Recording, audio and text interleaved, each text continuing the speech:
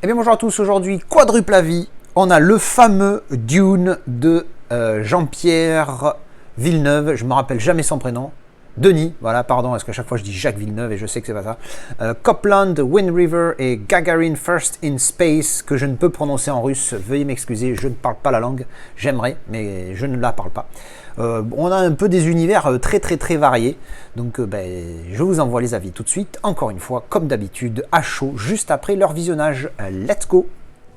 Alors je viens de terminer Gagarin First in Space, alors je la lis à l'anglaise, parce que c'est ce qui est écrit dessus, mais je devrais le lire à la russe, puisque c'est un film russe, mais bon, excusez-moi, mon russe, c'est comme qui dirait inexistant.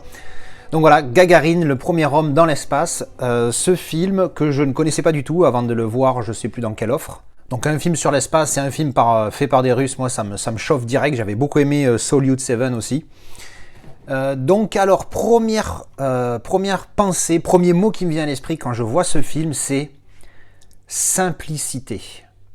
Dans le sens où, quand tu regardes un film à l'américaine où ils vantent leurs exploits, bon, les Américains, eux, il n'y a pas à chier. Eux, c'est tout le temps, on est les meilleurs, on est les plus forts, regardez, on est les plus beaux, les autres, c'est de la merde, blablabla. Là, c'est pareil, à la seule grande différence qu'il n'y a pas de les autres, c'est de la merde. Là, quand je vois ce film, je vois des Russes qui sont fiers d'être Russes, enfin soviétiques à l'époque, mais bon, c'est un film qui a été réalisé, l'Union soviétique, c'était fini. Hein.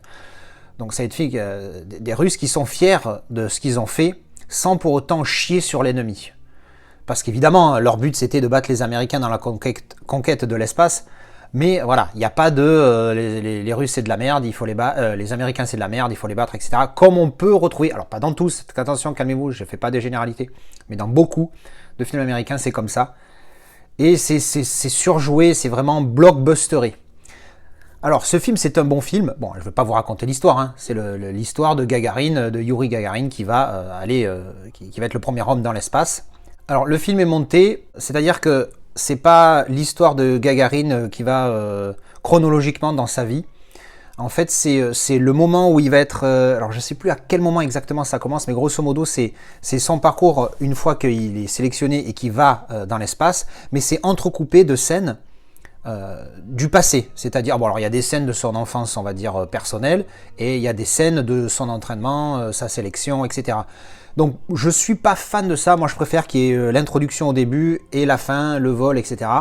Mais... ça reste bien, ça reste intéressant, c'est différent, voilà. Donc c'est pas mal, voilà, ces petites scènes qui entrecoupent les scènes du présent. Donc franchement, pas mal, moi j'ai bien aimé. La note, j'hésite, parce que c'est pas un film où vraiment t'es là en extase, en tout, en machin. Mais c'est quand même un film vraiment intéressant, je vais mettre un 7. C'est un gentil 7, c'est vrai. Mais je vais mettre un 7 parce que c'est quand même un bon film, comme je vous dis, beaucoup plus réaliste. Et beaucoup moins, il se la pète moins quoi, que les Américains, pour le dire comme ça.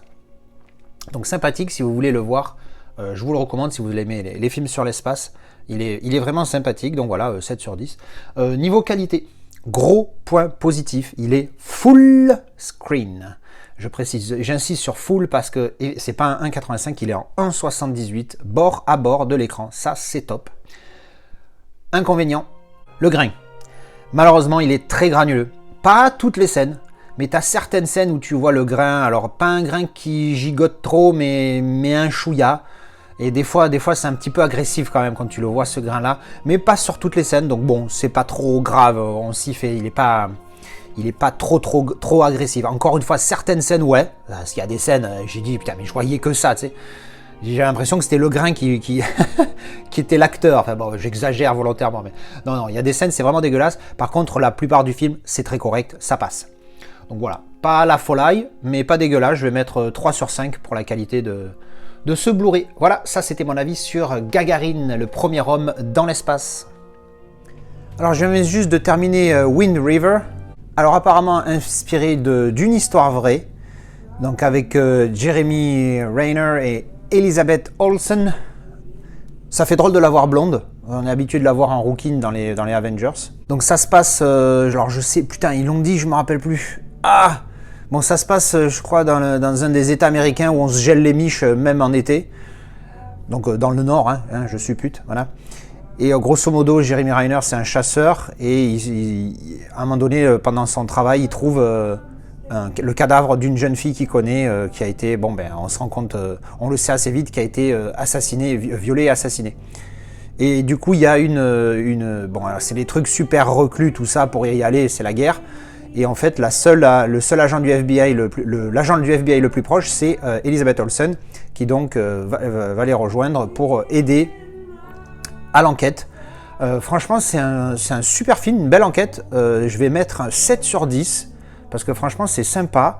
Ben, c'est pas tant l'investigation. Alors là, on n'est pas vraiment dans l'investigation. On est évidemment, il y a une enquête. Hein, on essaie de rechercher qui a fait ça.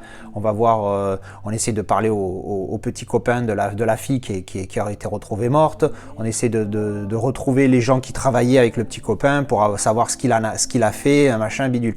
Donc franchement, c'est vraiment pas mal. Il n'y a pas trop grand chose à en dire parce que après, c'est une enquête. Et ça se passe dans le froid. Donc voilà, là pour le coup, je vois pas trop ce que je pourrais dire de plus pour vous motiver à le voir, à part que c'est très bien réalisé, c'est très bien joué. Il y a de belles images, hein, parce que dans ces paysages très froids et enneigés, du coup ça donne de belles images. Et c'est un film qui est assez fort, assez touchant, tu t'accroches tout de suite au personnage et voilà, tu as envie de savoir qui sont les enfoirés qui ont fait ça, enfin le ou les enfoirés qui ont fait ça. Et bon, t'apprends très vite qu'en fait, c'est plusieurs hein, à l'autopsie. Donc voilà, c'est pas un spoil. Donc tu as envie vite de savoir qui c'est le ou les enfoirés qui ont fait ça.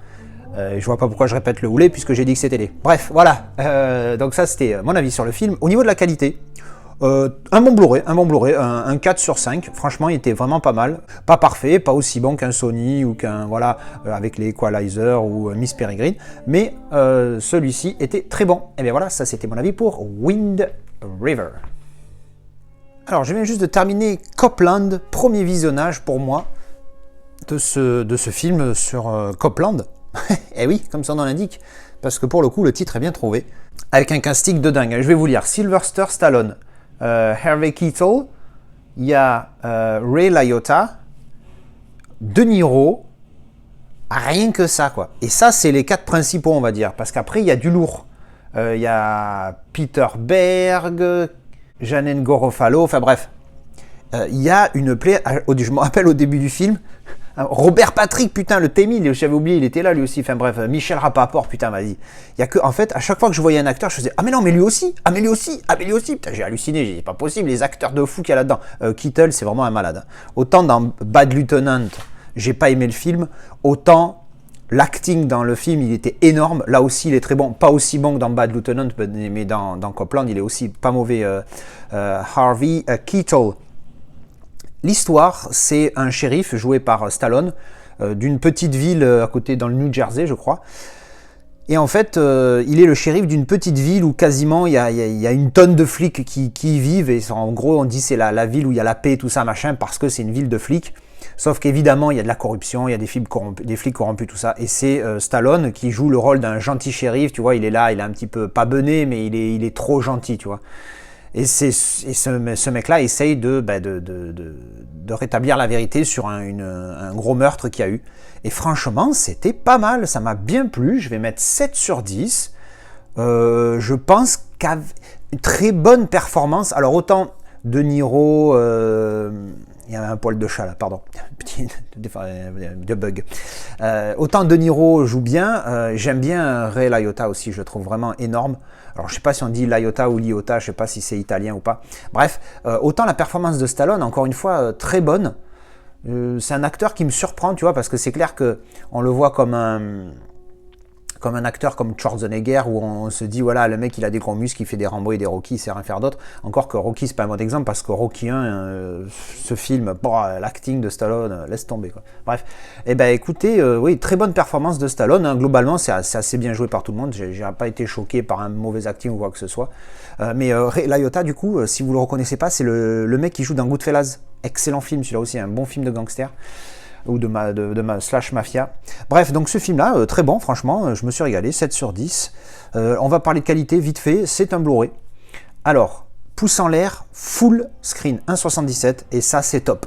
C'est vraiment top, putain, ça fait une telle différence quand tu as un visage en gros plan qui te prend toute l'intégralité de ton téléviseur, comparé à à quand il y a les barres noires, ça fait une différence de dingue. Par contre, niveau qualité, là il est pas top. Là il est pas top, je vais mettre 2 sur 5 niveau qualité du Blu-ray. Parce que franchement, je veux bien que ce soit un film de 97, j'imagine que le master n'est pas exceptionnel ou quoi. Alors, c'est pas dégueulasse à regarder, parce qu'au contraire, ça fait vintage, moi ça me va, j'aime bien pour le coup, sans grain. Il n'y a pas de grains dégueulasses comme on peut voir sur certains 4K où ça gigote dans tous les sens. Pas de grains, mais c'est vrai qu'il n'est pas super net, il n'est pas super. Mais franchement, pour le coup, ça me va. Alors après, je ne peux pas comparer avec du DVD, parce que je ne l'ai pas en DVD, je ne l'ai jamais eu, la première fois que je le visionne aujourd'hui. Mais franchement, voilà, très mauvaise qualité, pas super bonne qualité, mais ça ne me dérange pas. C'est pas comme si c'était une mauvaise qualité qui était dérangeante. Voilà, donc je vais mettre 2 sur 5 niveau qualité pour le Blu-ray, mais ça va, ça reste correct, avec ce petit effet un petit peu vintage / VHS / DVD, quoi, entre le VHS et la DVD, quoi, et le DVD.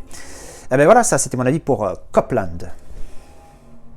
Je viens juste de finir Dune de, j'allais dire Jacques Villeneuve. Non, Jacques Villeneuve c'était un pilote de F1, calme-toi.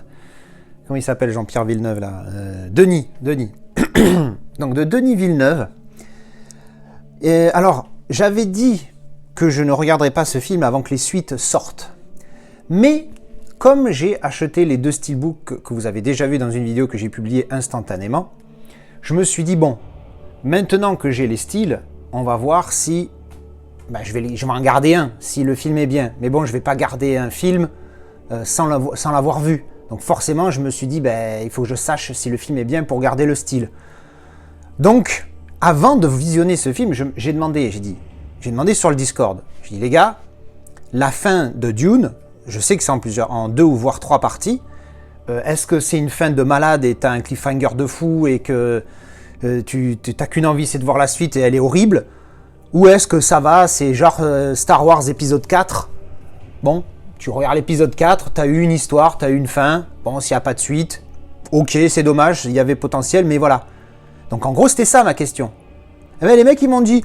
Alors, il y en a qui m'ont dit, ouais, et alors il y en a un qui m'a dit, c'était à chier partout, machin et tout bidule, mais alors, la plupart m'ont dit, ouais, c'est bon, vas-y, regarde, tu peux y aller, c'est pas trop horrible, ça va. Ça va?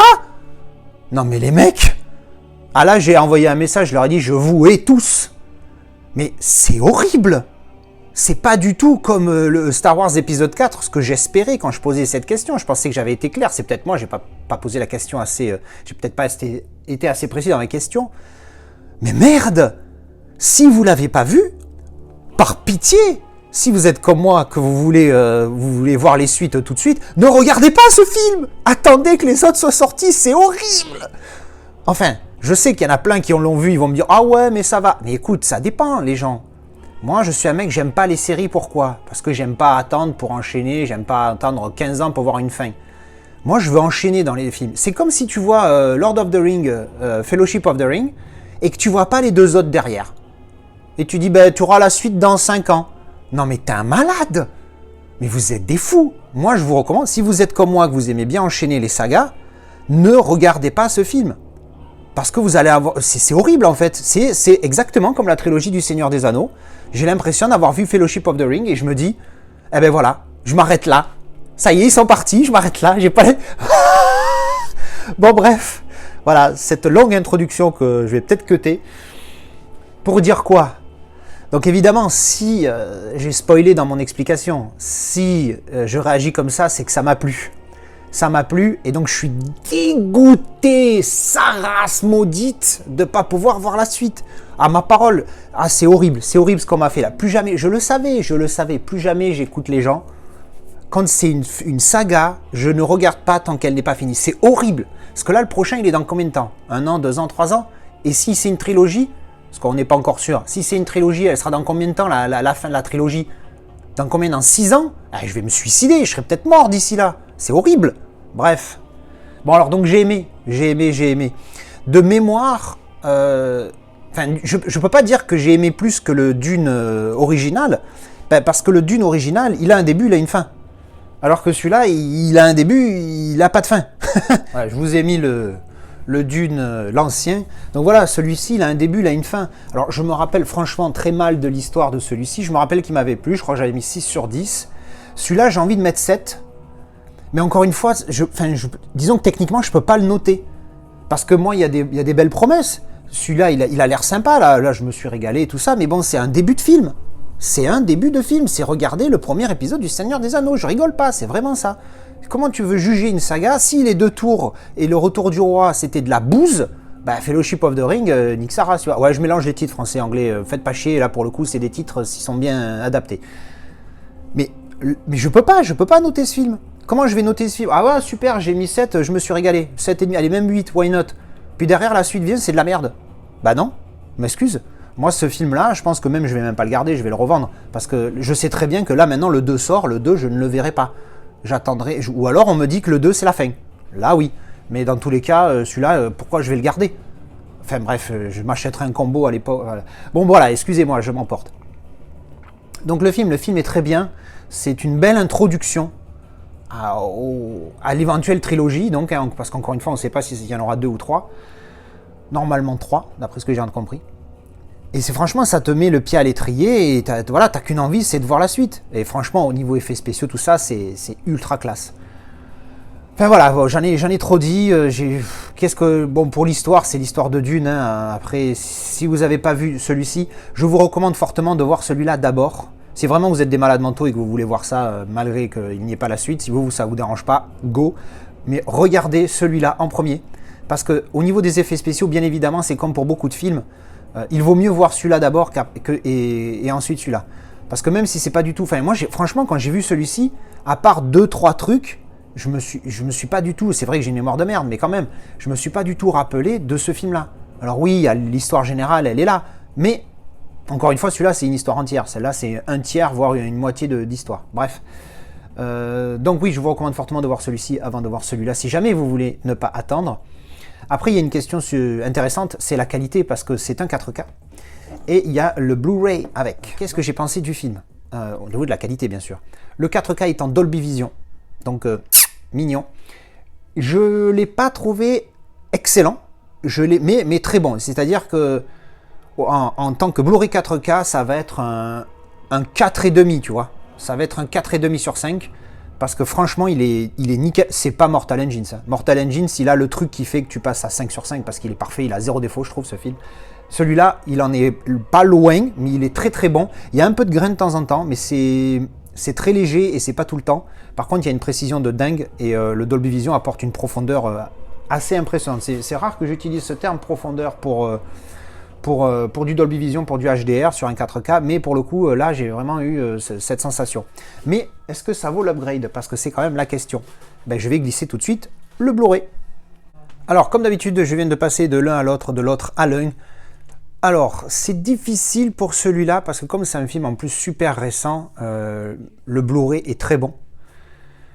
Mais j'ai envie de dire qu'il mérite l'upgrade. Il y a la qualité, je pense encore une fois, je me répète, mais le Dolby Vision fait la diff, le HDR, qui sur celui-ci fait une vraie différence. Il y a une colorimétrie de psychopathe sur le 4K en Dolby Vision du coup. Donc je n'ai pas vu le HDR et moi je suis équipé de Dolby Vision, donc si vous n'avez pas de Dolby Vision, je ne peux pas juger.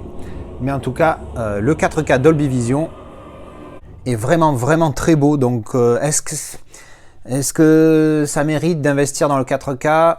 J'ai envie de dire oui, parce que surtout que comme c'est un film qui n'est même pas encore sorti, hein, pour le coup, les tarifs vont être assez proches, c'est-à-dire que dépenser 25 € dans le Blu-ray standard ou 20 € dans le Blu-ray standard et 30 € dans le 4K avec le Steelbook, allez-y, 4K Steelbook.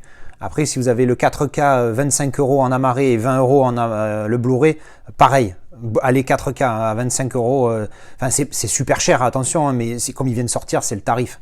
Donc je recommande.